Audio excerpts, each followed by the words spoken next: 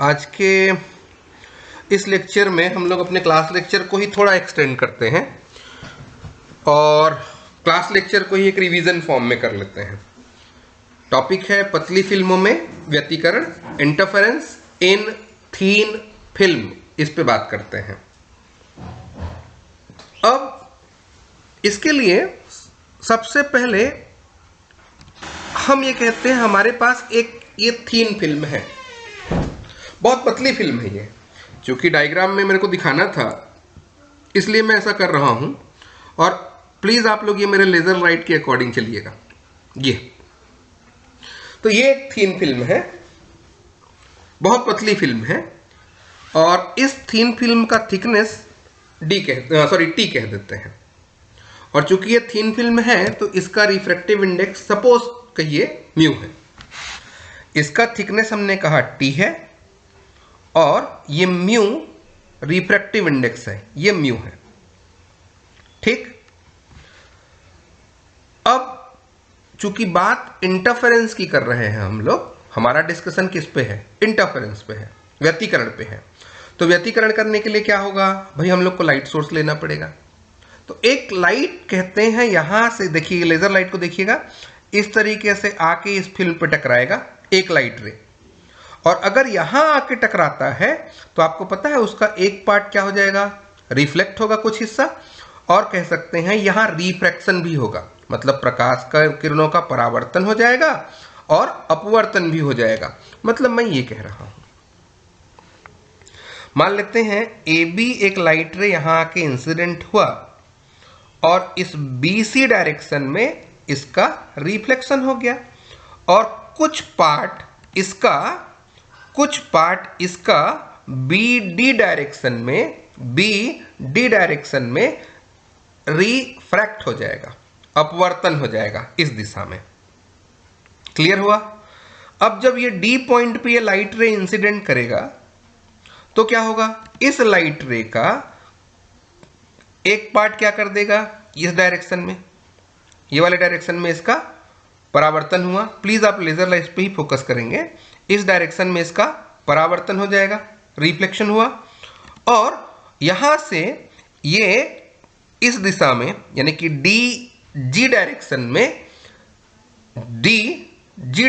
में क्या हो जाएगा? बाहर निकल आएगा, मतलब पारगमित हो जाएगा। कहने का मतलब ये ए बी लाइट रे इस रेयरर मीडियम से इस डेंसर मीडियम में, मतलब विरल माध्यम से सघन माध्यम में चलते हुए जब आएंगे तो आप क्या कहेंगे? इस बी बिंदु पे इसका कुछ हिस्सा इस बीसी दिशा में परावर्तित हो जाएगा, और यहां इस बीडी दिशा में इसका अपवर्तन होगा।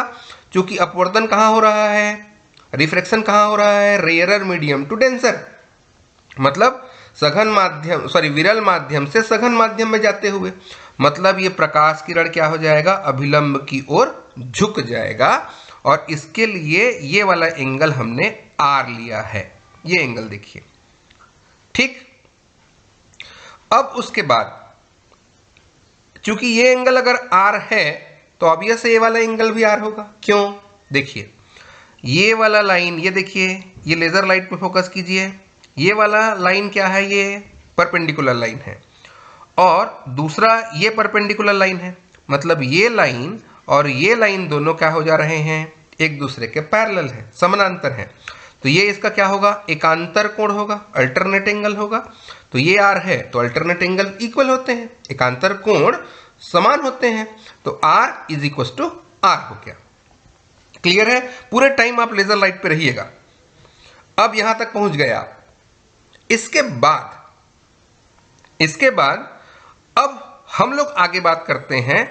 तो यहां से डी पॉइंट से इस डायरेक्शन में इसका रिफ्लेक्शन हुआ, और यहां से लाइट कहां आ गया? डेंसर मीडियम से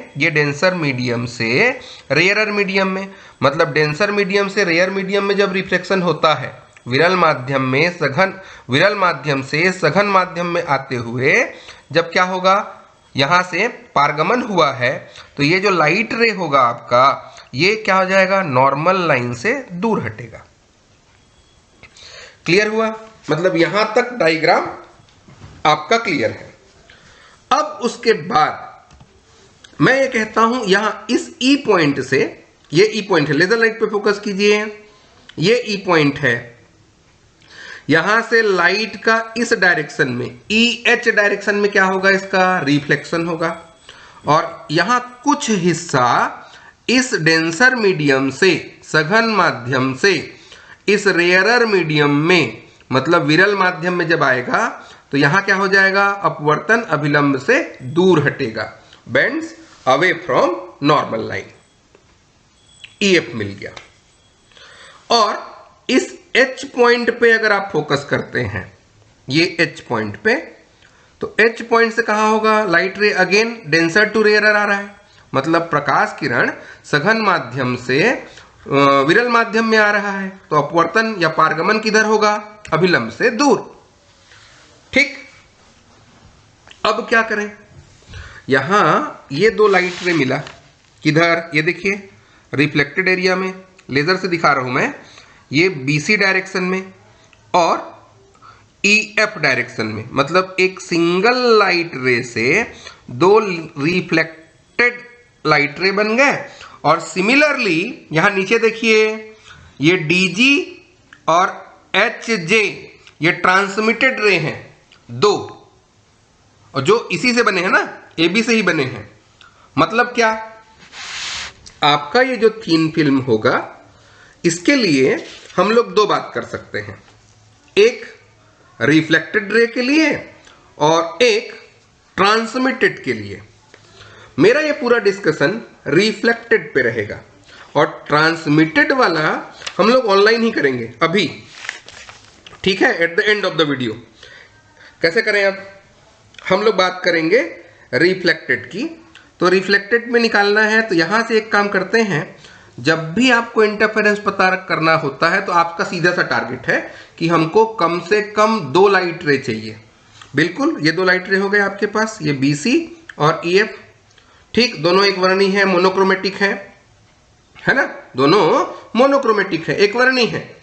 अब इनमें आपको क्या पता करना पड़ेगा, पाथ डिफरेंस। क्यों, क्योंकि पाथ डिफरेंस ही इंटरफेरेंस को डिफाइंड करेगा। पाथ डिफरेंस यानी कि पथांतर से ही हम लोग व्यतिकरण की व्याख्या कर सकते हैं। इसके लिए यहां ई से इस बीसी रिफ्लेक्टेड रे पे, इस ई पॉइंट से बीसी पर एक लंब खींच दीजिए। कौन सा लंब खींच दिया आपने, ये एम ई लंब खींच दिया है। क्लियर है बात, यहां से एम ई लंब खींच दिया। अब आगे गए तो यहां पे आपको ये डाउट करने की जरूरत नहीं है कि ये आई कहां से आया, मैं इसको एक्सप्लेन कर दूंगा आपको, कोई इशू नहीं है। और अगर आप इसी तरीके से यहां निकालना चाहें, ट्रांसमिटेड वाले पार्ट के लिए निकालेंगे, तो एच पॉइंट से इस डी जी के ऊपर लंब खींच दीजिएगा। ठीक है, ठीक है, ये पूरा डायग्राम है आपका, इतना। अब शुरू करते हैं इस रिफ्लेक्टेड रे बीसी और ईएफ में पाथ डिफरेंस कितने का होगा। ध्यान दीजिए, ए बी यहां आके टकराया, टकराने के बाद वो किधर चला गया, बीसी दिशा में, और ई से एफ तक कैसे कैसे आया होगा सोचिए तो। ए से बी तक तो लाइट रे मिला, फिर ये कहां गया, B to D, then after D to E. अगर आप लेजर को फॉलो करेंगे तो क्लियर होगा, अदरवाइज आप ढूंढेंगे कहां पे बोल रहे हैं। तो ये कहां पे आ गया, B to D, then D to E, तब जाके ईएफ बना है। मतलब क्या, इतना देर तक आपको कहां रखना पड़ा, थीन फिल्म के अंदर, यानी कि डेंसर मीडियम में, सघन माध्यम में। और ये एक्स्ट्रा कितना है बीसी वाला, देखो भाई, यहां से एक लाइट रे लंबवत डाला है, मतलब मैंने क्या कहा, इसके बाद का हिस्सा ईएफ के बराबर है, मतलब एक्स्ट्रा ये है। तो बीसी में एक्स्ट्रा इतना है और ईएफ में एक्स्ट्रा इतना है, तो टोटल पाथ डिफरेंस कैसे निकालें, देखिए, इस बीडी प्लस डीई में से बीएम को माइनस करके, ठीक, और बीएम कहां है, एयर में, और ये किस में है, मीडियम में। इसमें कितना डिस्टेंस चले हो आप, तो आप क्या बोलेंगे, B D plus D E mu times, और ये एयर में है तो माइनस बी एम।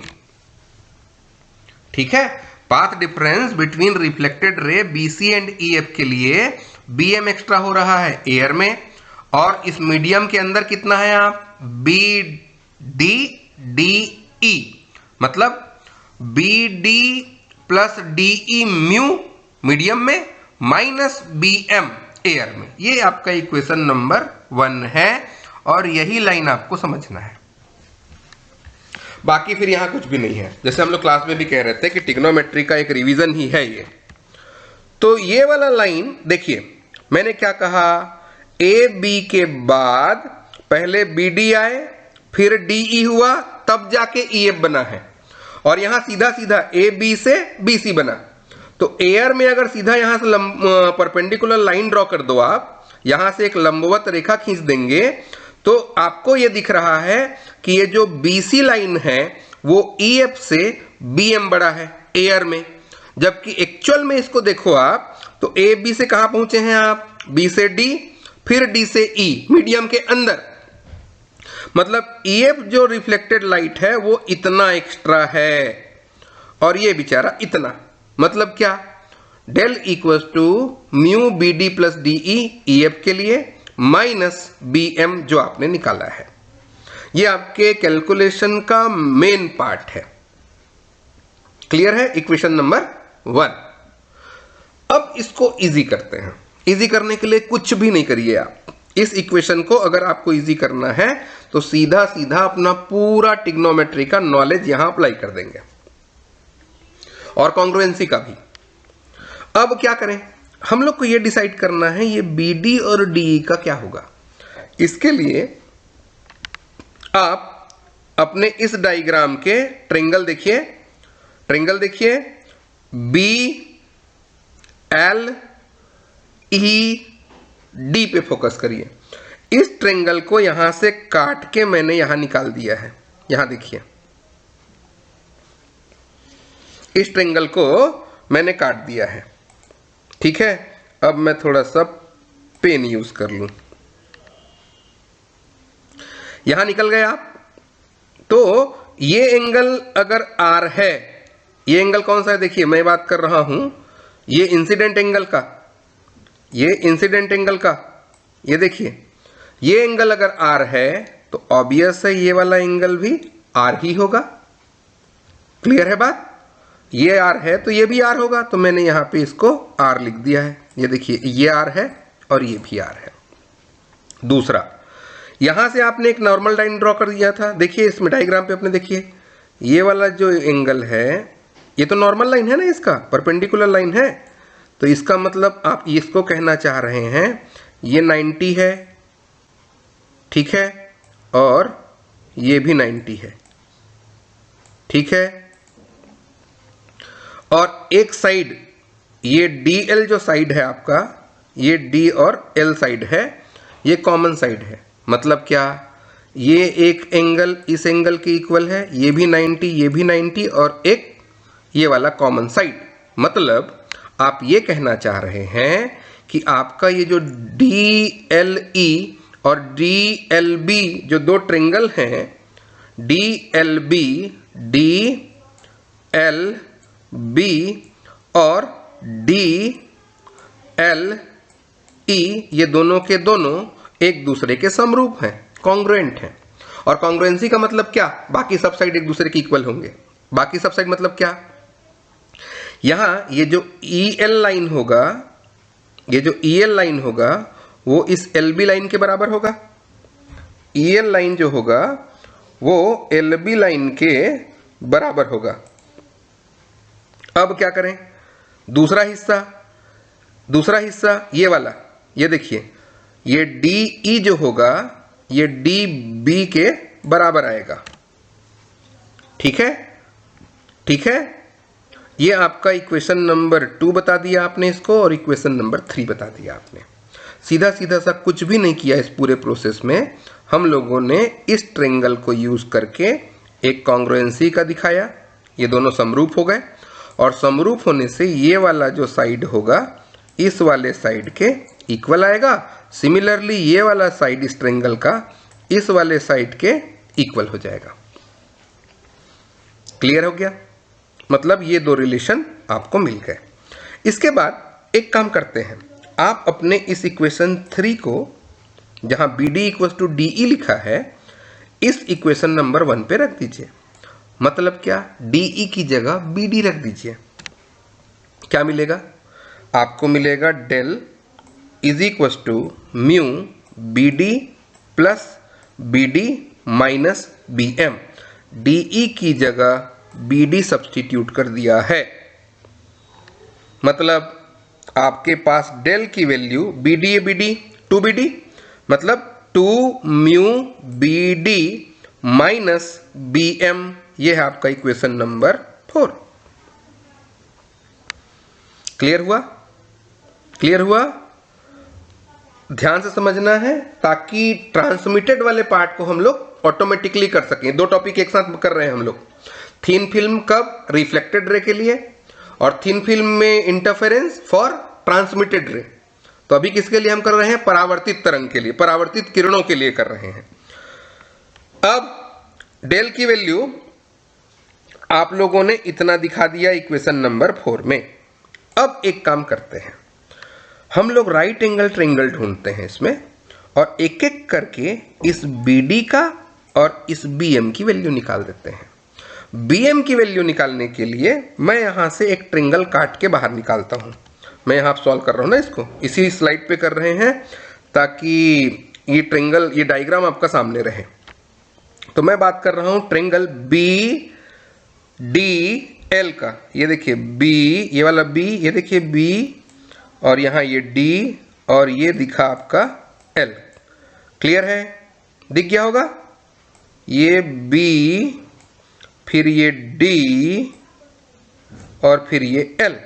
ये एंगल R है और ये 90 डिग्री का है। मतलब L पे जो एंगल बना है वो 90 डिग्री का होना चाहिए, और D पे जो एंगल बना है वो R का होना चाहिए। एक काम करूं क्या, इस ट्रायंगल को भी काट के बाहर निकालते हैं।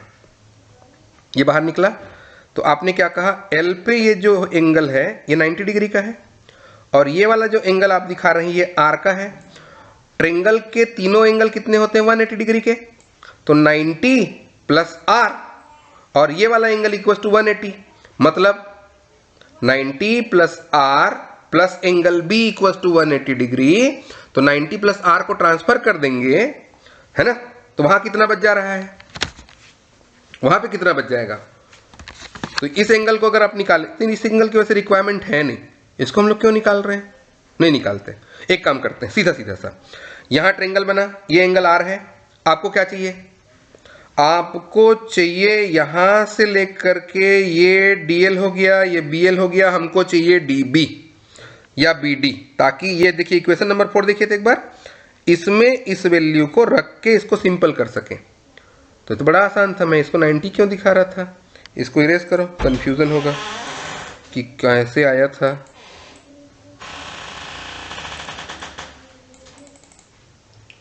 ठीक है, इसके लिए पेन फिर ले लेता हूं मैं।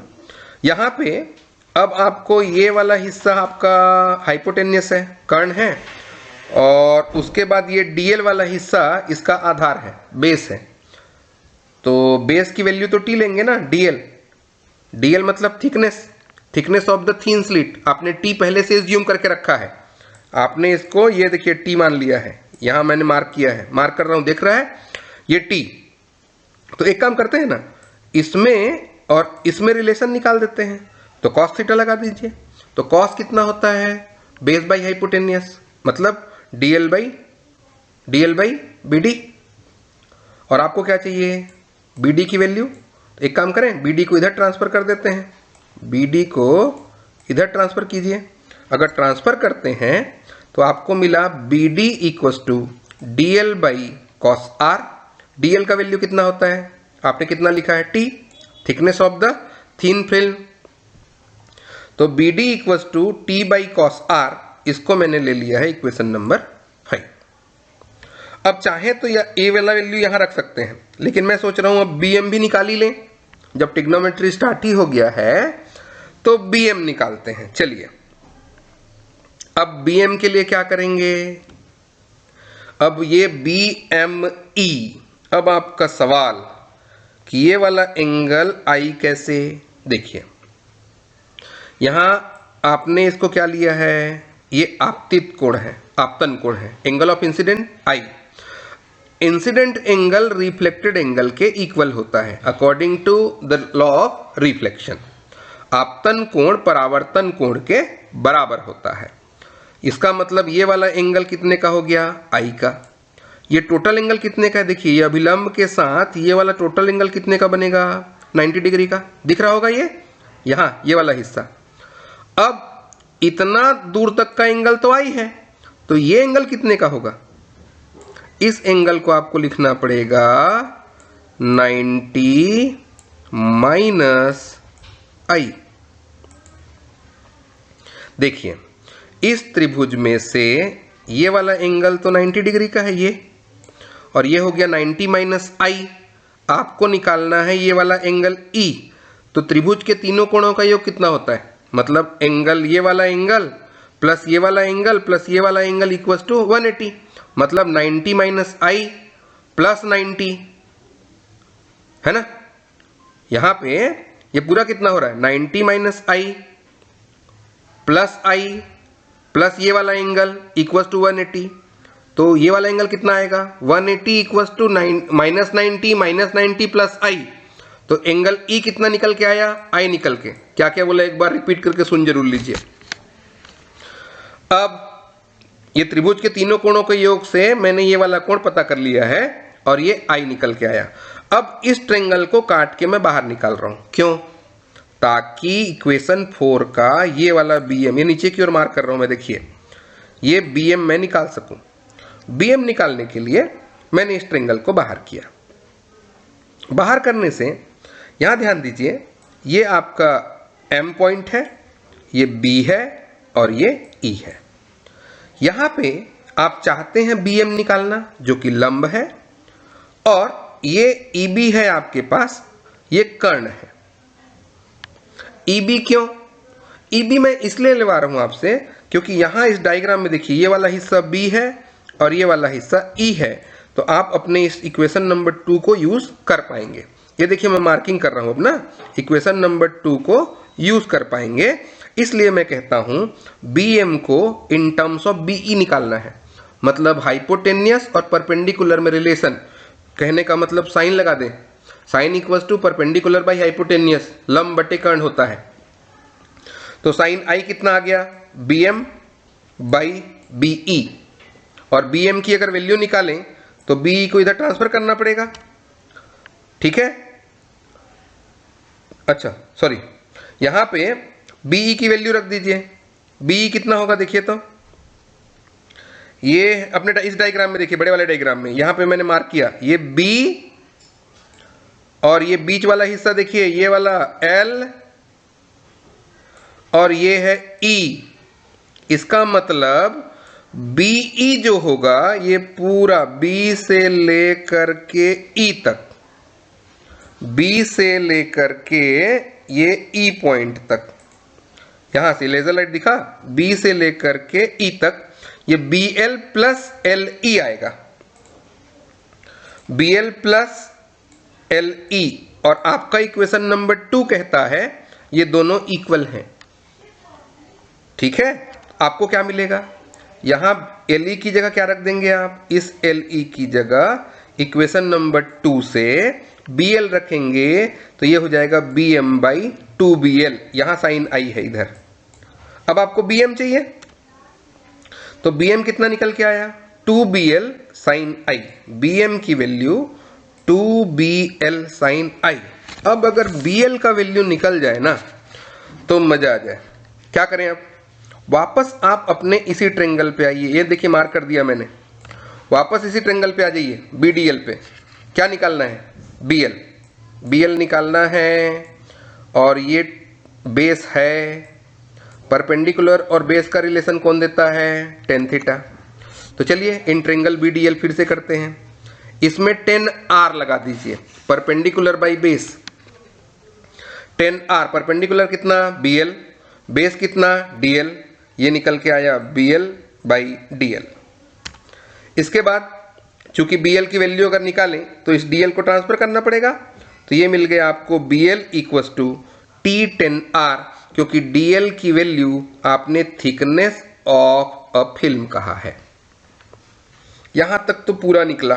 एक काम करें क्या, एक काम करते हैं, इस bl को इस इक्वेशन पे यूज कर लीजिए, ठीक है। तो bm कितना बन जाएगा, देखिए bl की जगह, इस bl की जगह ये जो bl आपने लिखा है ना, इसको मैं मिटा देता हूं अब इरेजर से। ये जो bl आपने लिखा है ना, उसकी जगह T10r रख दीजिए, तो क्या मिलेगा, bm equals to 2T10r sine i। ये हो गया आपका इक्वेशन नंबर 7। यहां तक सब क्लियर है। अब एक काम करते हैं, यहां आपका ये इक्वेशन नंबर 4, ठीक है, और ये इक्वेशन नंबर मिला है 5, और एक इक्वेशन नंबर मिला है 7। अब क्या करिए, इस इक्वेशन से, इक्वेशन नंबर 5 से, इक्वेशन नंबर 5 से bd की वैल्यू और इक्वेशन नंबर 7 से bm की वैल्यू इक्वेशन नंबर 4 पे रख दीजिए। ये इक्वेशन नंबर 4, इसको मैं मिटाऊं क्या, थोड़ा देखते बने, खैर आप तो नोट कर लिए हैं, लेकिन फिर भी ये इस पे रख देते हैं, रखें, एक नया रिलेशन फॉर्म हो गया। इस पे रख देते हैं, किसकी वैल्यू, bd की वैल्यू इक्वेशन नंबर 5 से और bm की वैल्यू इक्वेशन नंबर 7 से, ठीक। वैल्यू देख लिया, रख दें, bd की value t by cos r और bm की वैल्यू 2T10r साइन i, ये मिला, ठीक। आपके पास del equals to 2 mu T by cos r minus 2T10r sine i। ये t अलग है ना, t थिकनेस के लिए, और ये वाला t tan थीटा का है।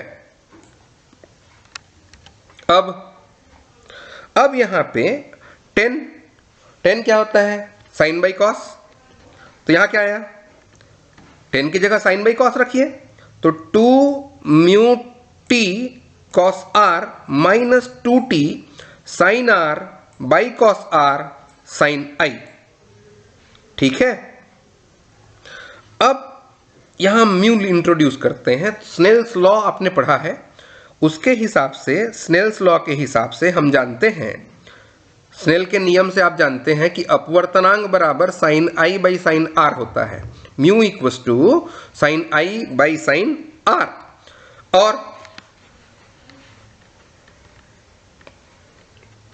यहां अगर साइन i की वैल्यू रख दें, साइन i की वैल्यू रखना पड़ेगा तो इसको इधर देना पड़ेगा, म्यू साइन r, तो इस साइन i की जगह म्यू साइन r रख दो, तो देखिए क्या बचेगा, 2 mu T by cos r minus 2t mu sign r by cos r into sine r। ये एक थोड़ा सा इजी फॉर्म आपका इक्वेशन का मिल गया है। यहां देखिए 2 mu T by cos r common ले लें, अगर ये 2 म्यू टी कॉस r यहां और 2 म्यू टी, ये देखिए 2 म्यू टी कॉस r यहां से बाहर निकाले तो यहां क्या बचेगा, यहां तो बचा 1, और यहां बचा sine r into sine r, यानी कि साइन स्क्वायर r।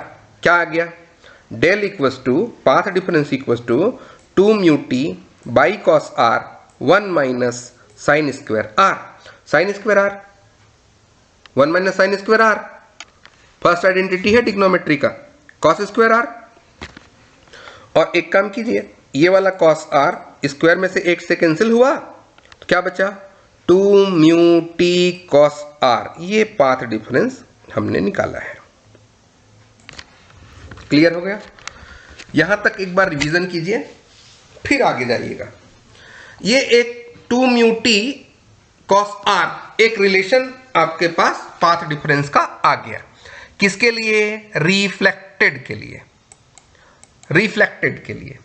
अब बात किसकी करते हैं, एक काम करते हैं, अब आपने स्टोक्स लॉ का नाम सुना। स्टोक्स क्या कहते हैं, अगर आपके प्रकाश किरण का परावर्तन सघन माध्यम के पृष्ठ से, देखिए वो लाइट रे ए बी आया, थिन फिल्म से टकराया, थिन फिल्म कौन सा है, डेंसर मीडियम, तो डेंसर मीडियम से जब वो स्ट्राइक किया है तो क्या करेगा, वो रिफ्लेक्ट होगा। डेंसर मीडियम में स्ट्राइक किया, स्ट्राइक करने के बाद क्या हो रहा है, रेयरर मीडियम में जा रहा है। मतलब स्टोक के नियम से आप जानते हैं कि यदि प्रकाश किरण का परावर्तन सघन माध्यम के पृष्ठ से विरल माध्यम में होता है तो पाई का कलांतर आता है, किसमें, आपतित और परावर्तित में। और अगर पाई का कलांतर है तो आपको पता है कलांतर equal to 2 pi by lambda into पथांतर होता है। यहां अगर पाई रखेंगे तो यहां का पाई यानी कि फाई वाला पाई और ये वाला पाई कैंसिल होगा, ठीक है ना। तो हमारे पास यहां जो पथांतर आएगा वो कितना का आ जाएगा, लैम्डा बाई 2 का। कितने का पथांतर दिखाएगा, लैम्डा बाई 2 का। मतलब क्या कह रहा हूं मैं, आपने ये जो निकाला है ये तो ठीक है, लेकिन स्टोक के नियम के हिसाब से ये लैम्डा बाई 2 का एक्स्ट्रा पथांतर आएगा, किसमें, केवल परावर्तित में। जब पारगमित वाला सॉल्व करेंगे आप तो ये भी कहिएगा कि पारगमित वाले में पथांतर 0 का होगा। मतलब ये स्टोक के नियम के हिसाब से कलांतर 0 का होगा, तो एक्स्ट्रा पथांतर नहीं दिखाना है उसमें।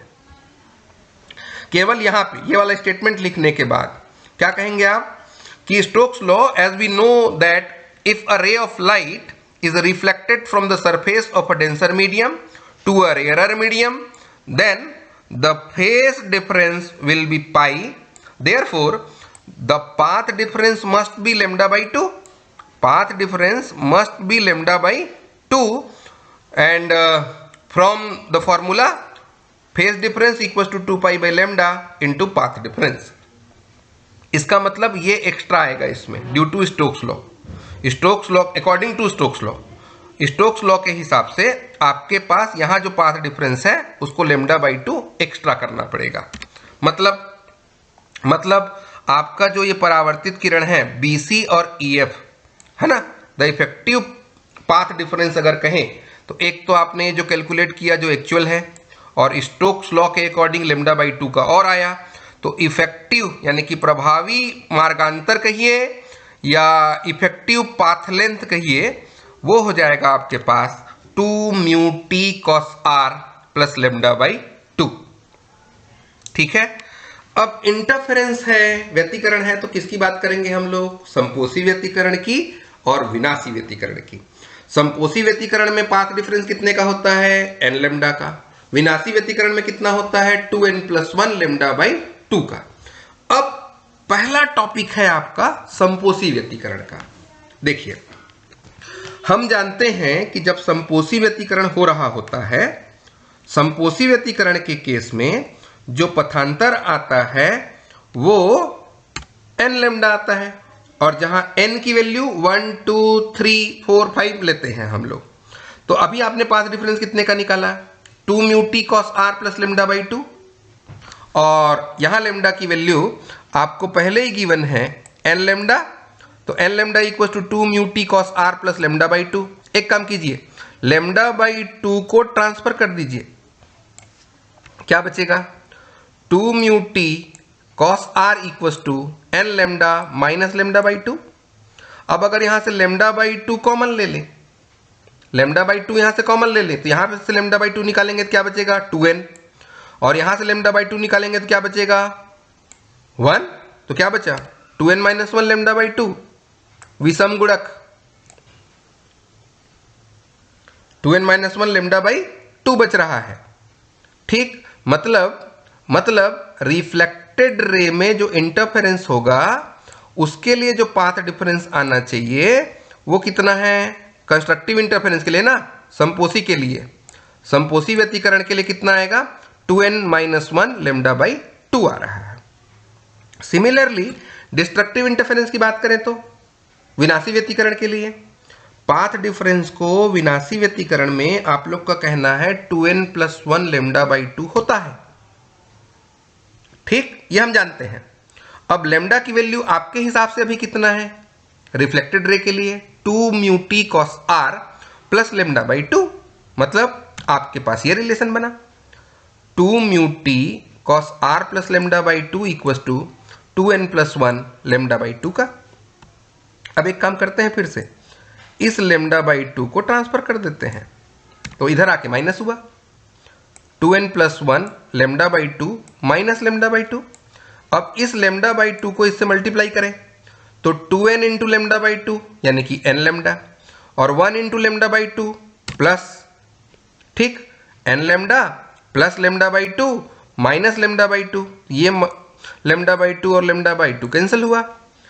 आपके हिसाब से ये 2 म्यू टी कॉस आर जो पाथ डिफरेंस है परावर्तित किरणों में, रिफ्लेक्टेड रे में, वो निकल के आ रहा है n लेमडा। ये दोनों रिलेशन को ध्यान में रखिएगा आप। मैं आगे कुछ बात करूंगा आपसे जब आप ट्रांसमिटेड कंप्लीट कर लेंगे तो, और उसको कंप्लीट करेंगे आप, मैं नहीं। ये दो रिलेशन आपने निकाला है, ये ऑड मल्टीपल है, ऑड मल्टीपल है, इसको 2n माइनस 1 कहिए या 2n प्लस 1 कहिए, ऑड मल्टीप्लीकेशन है, और यहां इंटीजर मल्टीपल है। विनाशी व्यतिकरण अगर होगा तो परावर्तित तरंगों में पथांतर कितना होगा? n लेमडा, अभी जो बोल रहे थे आप उसका उल्टा। और संपोषी व्यतिकरण के लिए जो निकालेंगे वो path difference 2n plus 1 lambda by 2 या 2n माइनस 1 लेमडा बाई 2 का होना चाहिए। चलिए अब एक काम करते हैं, आप कॉपी पेन उठाइए, मैं आपको इंस्ट्रक्शन देते जाता हूं, आप वैसा करिए। और हम लोग किसमें बात करेंगे? ट्रांसमिटेड रेज में इंटरफेरेंस देखेंगे, है ना, पारगमित तरंगों के बीच व्यतिकरण। इसके लिए मैं इंस्ट्रक्शन दूंगा, प्लीज आप कॉपी लेके बैठिए और मैं जैसा कहते जा रहा हूं वैसा करिए। सबसे पहले अपने डायग्राम को आप वापस ड्रॉ कर लीजिए। कर लिया?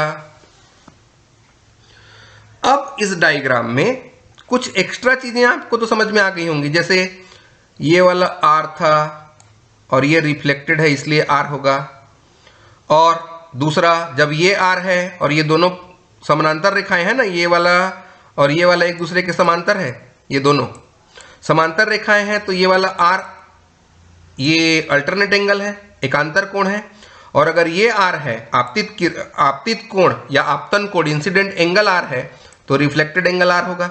ये भी क्लियर है। उसके बाद देखिए यहां से लाइट रे आया ए बी, लाइट रे कहां तक आ गया? ए से बी तक, फिर कहां गया? बी से लेकर के डी तक, तो ये वाला एंगल कितना हुआ? आई। तो बचा हुआ ये जो एंगल दिखा रहे हैं कितना दिखाना पड़ेगा आपको? 90 माइनस आई। तो ये एंगल कितना बन गया? आई का। कुछ नहीं कीजिए, अब बस इसी बात पे फोकस करते हैं, शुरुआत करते हैं जैसा आपने वहां किया था। सबसे पहले पाथ डिफरेंस कितने का? तो आप बोलेंगे पाथ डिफरेंस अगर निकालना है किसके बीच? डी जी एच जे के बीच। तो एच से यहां डीजी पे एक परपेंडिकुलर लाइन ड्रॉ कर दीजिए। तो एक्स्ट्रा कितना है ये? बोले डीएन। ये कितना एक्स्ट्रा है? डीएन। लेकिन एच जे कैसे बना? तो बोले डी से गया ई और ई से गया एच, डेंसर मीडियम में, बिल्कुल उसी नॉलेज को। तो यहां पाथ डिफरेंस कितना लिखेंगे आप? यहां लिखेंगे म्यू होगा D E plus E H, लिख लिया, माइनस डी एन। ये आपके पास एक पहला इक्वेशन। दूसरा, वहां पे किसकी बात किए थे आप? एक काम करते हैं, इस डीई और ईएच को सॉल्व करते हैं। इसके लिए एक ट्रेंगल को वहां आपने सिमिलर दिखाया था, कॉन्ग्रुएंट। तो इसके लिए आप यहां ये ट्रेंगल ले लीजिए, ये मैंने बाहर दिखाया है इसको। कौन सा ट्रेंगल लिया आपने? डी ई एच, ठीक है, डी ई एच। यहां पे पी को भी बाहर निकाल लेना था, यह एनिमेशन में होगा। अब देखिए जैसे वहां किया था 90, तो ये भी 90, ठीक है। ये आर आपने दिखाया ना, रेडिंग से दिखा है, ये वाला आर, तो ऑब्वियस है आपतन कोण का मान आर है तो परावर्तन कोण का मान भी आर ही होगा। और ये जो ईपी साइड है वो कॉमन है, इसका मतलब आप जैसे वहां बोले थे कि dp बराबर pH होगा, ठीक है, ये dp बराबर होगा pH के, लिख लिया। उसी तरीके से de बराबर होगा EH के। ये दो इक्वेशन यहां फिर ले लीजिए, इक्वेशन 2, इसको इक्वेशन 1 लिया है ना, तो यहां इक्वेशन 2 और 3 ले लीजिए, ठीक है। अब उसके बाद सेकेंड केस में आपने क्या किया था? सेकेंड केस में अब कुछ मत करिए, यहां DE की जगह, ये जो DE है ना, तो EH की जगह DE रख दीजिए। तो आपका इक्वेशन क्या लिख देंगे आप? Del equals to mu DE plus DE minus DN। क्या आया? Del equals to 2 mu DE minus DN, equation number 4। पहुंच गए? 4 तक पहुंच गए? ओके, चलिए अब बात करते हैं। DE और DN की वैल्यू निकालनी है, तो पहले तो भैया DE निकालो। DE निकालने के लिए एक ट्रेंगल उठाएंगे, ये वाला। कौन सा ट्रेंगल उठाएं? DE निकालना है तो एक ट्रेंगल ये है, कौन सा? DPE। ढूंढिए, ढूंढा, ये हो गया D, ये हो गया P और ये वाला हो गया E। इसको मैंने बाहर निकाला तो ये कुछ इस तरीके का है। एंगल P 90 डिग्री का है और E से लेकर के P तक थिकनेस आएगा T के बराबर, ठीक है। इसको थोड़ा सा मिटाऊं क्या? गोदा गादी ज्यादा हो गया।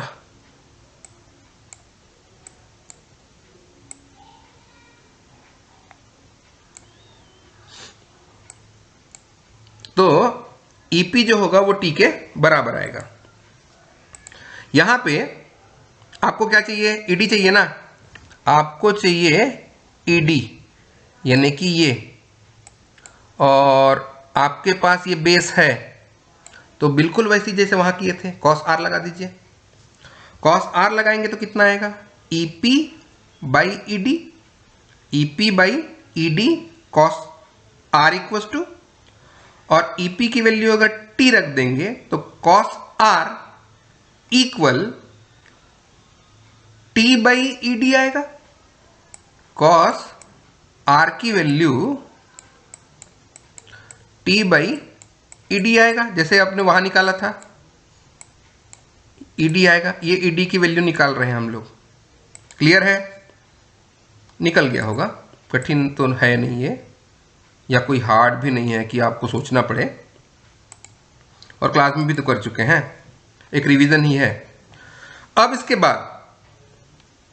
बाद क्या करें? ED का वैल्यू लिख लिया। चलिए अब आप कहेंगे एक ट्रेंगल लेते हैं और क्या निकाल लेते हैं? DN निकालते हैं। चलिए एक ट्रेंगल ढूंढिए, यहां एक ट्रेंगल है DNH, दिखा? D, ये वाला N और ये वाला है H, ये।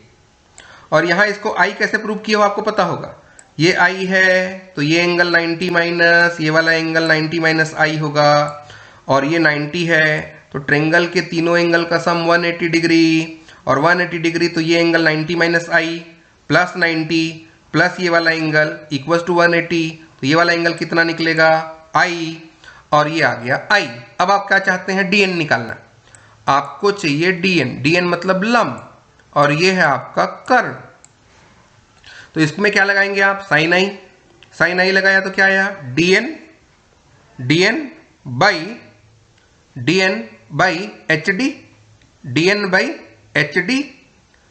HD होगा। और इक्वेशन नंबर 2 आपने पहले से लिखा है, DP इक्वस टू PH, तो क्या आएगा? देखिए भाई, DN इक्वस टू आप लोग को लिखना पड़ेगा HD साइन I, लिखा? DN equals to HD sine I, और HD मतलब कितना? HD मतलब आपका कहना है DP प्लस PH, और आप इस वाले ट्रेंगल से प्रूव कर चुके हैं कि ये जो DP होगा वो पीएच के बराबर होगा। कहने का मतलब आपके पास आ जाएगा 2dp साइन आई, 2dp साइन आई। अब आपको मैं बोलूं कि dp निकालो तो आप लोग क्या बोलेंगे, ये वाला ट्रेंगल देखेंगे सर, इस ट्रेंगल में dp निकालना है, ep की वैल्यू है tan थीटा लगा दीजिए, तो tan r कितना आएगा भाई, लंब यानी कि dp बाई ep यानी कि dp बाई t। तो dp की वैल्यू कितना, t tan r, t tan r। देखिए अब क्या करें, dn की वैल्यू निकालें और de की वैल्यू यहां रखेंगे, दोनों की वैल्यू। अब एक काम कीजिए, दोनों वैल्यू को यहां रख लीजिए ये वाले इक्वेशन पे। de की वैल्यू कितना रखेंगे, de की वैल्यू कितना रख रहे हैं आप, t बाई कॉस r आपने निकाला है ये वाला ट्रेंगल को यूज करके, निकाल लिया है ना, उसको रख दीजिए। और dn का टोटल वैल्यू निकाला है आपने, टोटल वैल्यू कहने का मतलब क्या, इसको यूज करके dh साइन आई निकाला था और dh को क्या लिखा 2dp, तो वापस इस ट्रेंगल को यूज करके dp निकाला था tan r के टर्म पे। तो आपके पास क्या बचा, यहां पे आएगा 2t tan r साइन आई, 2t tan r साइन आई इस इक्वेशन पे रख दीजिए। रख लिया, क्या मिला, 2 mu T cos r minus 2t tan r sine i. Simple करिए जैसे वहां किया था, 2 म्यू टी कॉस r है तो 2 म्यू टी कॉस r, तो tan r को हटा देंगे, tan r को हटाएंगे, फिर स्नेल्स लॉ लगाएंगे, स्नेल्स लॉ लगाने के बाद 2 mu T by cos r common निकल आएगा, 1 माइनस साइन स्क्वायर r निकलेगा तो कॉस स्क्वायर r हो जाएगा। तो आपको पाथ डिफरेंस मिला 2 म्यू टी कॉस r का। अब आप सोच रहे होंगे इफेक्टिव पाथ डिफरेंस वहां निकाले थे, यहां क्या होगा, तो इफेक्टिव यहां यही होगा। क्यों, क्योंकि आप जानते हैं कि जो ये ट्रांसमिटेड रे हैं इनमें कलांतर पाई का नहीं आएगा, जीरो का कलांतर होता है स्टोक के नियम से, जीरो का कलांतर होता है। कहने का मतलब path difference 2 mu T cos r का है। अब आप क्या कहते हैं, पहले बात करते हैं संपोषी व्यतिकरण के लिए। संपोषी व्यतिकरण के लिए अगर आप देखें तो पाथ डिफरेंस कितने का होगा, n लैम्डा का। तो यहां पाथ डिफरेंस कितने का आ जाएगा, पाथ डिफरेंस कितने का आया, 2 mu T cos r equals to n lambda. ध्यान दीजिए, ये आप जब रिफ्लेक्टेड के लिए कर रहे हैं तो 2 mu T cos r 2n minus 1 lambda by 2 निकला था, और यहां उसी को आप किसके लिए दिखा रहे हैं, ब्राइट के लिए, यानी कि संपोषी व्यतिकरण के लिए। ठीक है, अब इसी क्रम पे अपने डिस्कशन को और आगे लेके चलते हैं। और आगे लेके गए तो विनाशी व्यतिकरण में क्या होता है, 2n प्लस 1 लैम्डा बाई 2, मतलब या 2n माइनस 1 लैम्डा बाई 2, दोनों में से कुछ भी लिख सकते हैं। तो 2n माइनस 1 लैम्डा बाई 2, तो 2 म्यू टी कॉस r कितना आया, 2n माइनस 1 लैम्डा बाई 2। एक चीज ध्यान दीजिए, रिफ्लेक्टेड में जो केस कंस्ट्रक्टिव का है, ट्रांसमिटेड में वो केस डिस्ट्रक्टिव के लिए है। सिमिलरली जो केस आपको वहां डिस्ट्रक्टिव के लिए दिखा था वो केस यहां आपको कंस्ट्रक्टिव के लिए दिखेगा।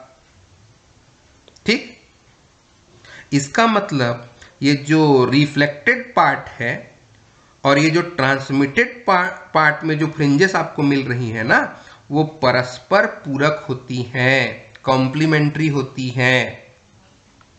ठीक, इसका मतलब जो रिफ्लेक्टेड पार्ट का जो मैक्सिमम इंटेंसिटी है और वो मिनिमम इंटेंसिटी है ट्रांसमिटेड पार्ट का, सिमिलरली जो रिफ्लेक्टेड पार्ट का डार्क है ना, जो डिस्ट्रक्टिव है वो उसके लिए कंस्ट्रक्टिव है। तो कंक्लूजन क्या लिखेंगे लास्ट में आप, परावर्तित भाग में तथा पारगत भाग में प्राप्त फ्रिंजे परस्पर पूरक होती हैं, है ना। Fringes in reflected part and transmitted parts are complementary. ठीक, क्लियर हो गया। इसी तरीके से हम लोग वेज फिल्म पे भी डिस्कस कर लेंगे, क्योंकि आज जब डायग्राम ड्रॉ कर रहे थे तो कुछ इशू दिख रहा था। तो आशा है ये आपको समझ में आ गया होगा और आपने इसको पूरा कर भी लिया है। ठीक, ट्रांसमिटेड पार्ट को आपको करना है और ये दोनों लाइन आपको प्रूव भी करने हैं, कंस्ट्रक्टिव और डिस्ट्रक्टिव, और दोनों के दोनों कॉम्प्लीमेंट्री होते हैं। इस वाली चीजों को आपको प्रूव करना पड़ेगा। ठीक, चलिए यहां से लेजर लो, लेजर लेके